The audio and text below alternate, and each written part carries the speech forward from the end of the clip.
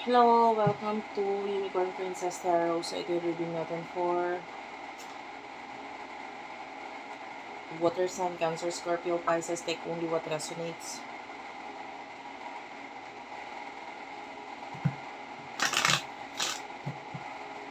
Kunin natin main energy mo, tas person mo.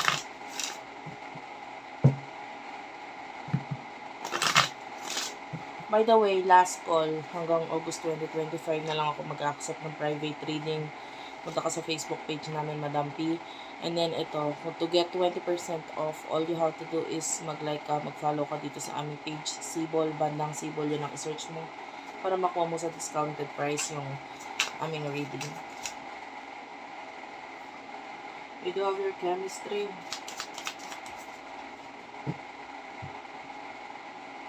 Playful. Nakakuha ka ng magandang energy dito. Bottom of the deck is reconciliation and trust. Okay. Actually, this is a twin flame connection. Iba eh. Iba yung attraction nyo sa isa't isa. Well, hindi para sa lahat to. Kasi unfortunately din, hindi na naman lahat may twin flame. Hindi na naman lahat connection is twin flame. Usually sa mga twin flame, bibigyan na kita ng idea.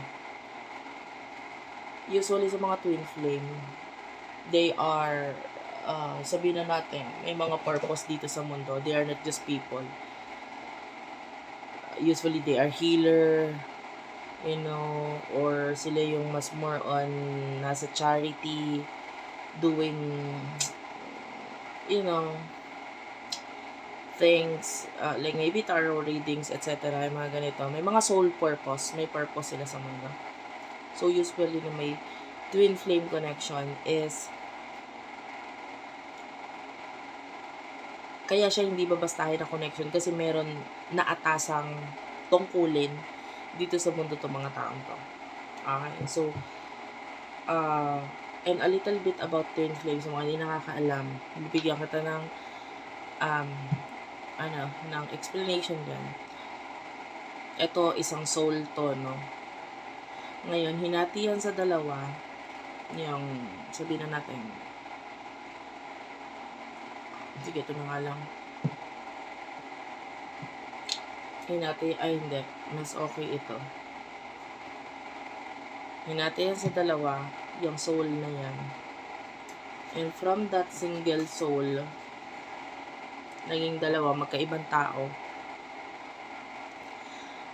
Wala na tong soul na to, na hinati niya siya sa dalawa, magkaibang tao, nilagay sa magkaibang tao. So, nandun yung twin. They are twin soul, twin flame. So, pag nag-meet sila, there's similarities, a lot of, parang, makikita mo yung sarili mo sa kanya. And then, meron siya mga strength. Kung ano yung strength niya, yun yung weaknesses mo. Kung ano yung strength mo, yun yung weaknesses niya. And especially when you look at this person's eye, pag tinignan mo sa mata, makikita mo para ka nananalamin, para makatingin sa sarili mo. Hindi sa mukha niya nang para magkamukha kayo, ha. Although may mga cases and mostly sa mga twin flame na nakita ko is magkamukha. Meron din yung mata pa lang pag tinignan mo, yung of course when you look at the person in the eye, you will feel yung weird feeling na parang nakatingin ka sa sarili mo. So that's twin flame. So anyway, kung makaka-relate ka, maaring ang reading ay sa'yo. Pag hindi, ibigay mo sa iba. So, there's reconciliation na mangyayari sa inyong dalawa that is about to happen. By the way, twin flame, dahil nakakatakot yung connection, yung energy, there's push and pull. Okay, push and pull. Katulad ng isang magnet. Minamagnet sila sa isa't isa. Pero nakakatakot yung connection. Kaya mangyayari yan, yung isa, tatakbo. Yung isa, maghahabol. Like a magnet. Diba? Pero the more they pull, the more na lumayo, the more na mas masakit, mas mahirap. Kasi yung magnet, ganun yun eh. The more na ilalayo mo, mas lalong pinupull papunta dun sa, sabihin na natin dun sa magnet, para magdikit sila. Mas mahirap. And then there's reconciliation going on. Etong person na to could be currently in a situation we're in, having fun, you know, pwedeng may connection sa inyo, pero mas ikaw yung awakened or nagising dito sa connection na to kaysa sa person na ito. Ikaw yung mas naunang magising. And then siya, yun, nakafocus lang siya sa buhay niya, pero there's these thoughts of you. Naiisip at naalala ka itong person ito. Hindi niya yung mawawala sa isip niya. You love the person, of course. Mahal mo siya. 7 of Hearts, Queen of Hearts, King of Hearts. Yeah, you see this person as your match, your twin flame. You see this person as someone na with the 7 of Hearts. Mahal mo, gusto mong magkaroon ng changes sa connection ninyo. You want reconciliation. You want the 10 of Hearts, which is to build a family, a future together. Gusto mo yun dito sa person. Mahal mo siya. Ang sabi ko nga, yung iba sa inyo, awakened ka na kasi sa connection ninyo. Wala na namang emotion niya para sa'yo.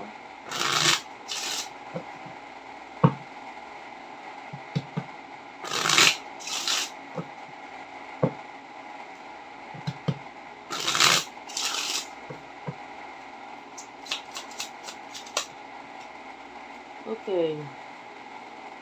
Hindi ko ito kukunin. I'll just take another one. Ang dalawa yung lumabas. 2 of Clover is here. At the bottom of the deck, lumabas 2 of Spade. Jack of Hearts, Queen of Spade, and the 10 of Diamonds. So, I'm seeing this person as the runner sa connection ninyong dalawa. Siya yung nagka-cut off. Masyadong immature yung emotion niya, hindi niya alam paano i-handle, paano, whatever, no? With the 10 of Diamonds, this person is looking forward na magkaroon ng money. Ito yung nasa utak niya ngayon. 2 of Spade, undecided siya with regards to you. Nandun yung nafe-feel niya. Pero sa inyong dalawa, mas na-acknowledge mo yung connection kaysa sa kanya. Pwedeng hindi niya alam yung tungkol about sa twin flame, or soulmate, or maybe ikaw lang yung mas naging spiritual, then this person is hindi siya ganun ka-spiritual unlike you. Pero nandun yung emotions niya para sa'yo, pero yun nga, medyo marami pa siyang hinahanap sa sarili niya ngayon na hindi niya makita.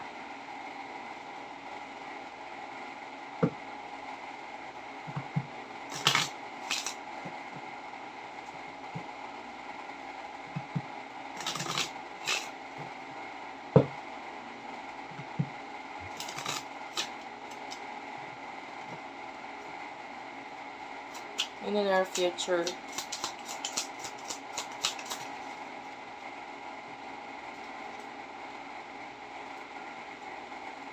Five of Diamonds, 3 of Spade, King of Diamonds,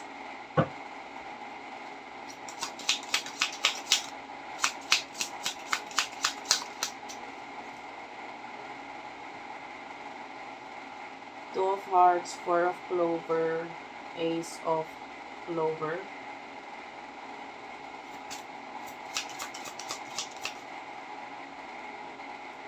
and then you do have to release your ex. Well, unfortunately, in the near future, nakita tayo dito na third party situation, third person, na of course that could break your heart. And then you will be more focused sa finances, career, stability. 5 of Diamonds, and kasabay pa nito, pwede may mga problems regarding money, etc.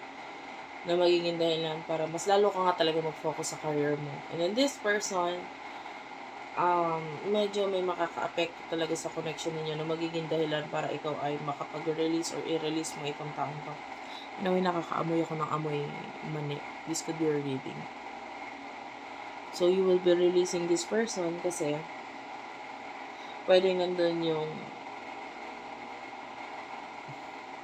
mga dahilan para i-let go mo talaga siya. Which is, there's a high chance of another relationship, lalo sa side ng person na to, na yun yung maging dahilan para umiwas, lumayo ka na lang sa kanya. And the 4 of Clover is here, so Ito, medyo deeper level of commitment. Pwedeng may marriage or may relationship na may pagsasama, long-term commitment, na, of course, this is really painful. No? Nakikita natin yung love mo na doon pa rin naman sa tao. Hindi naman nawawala.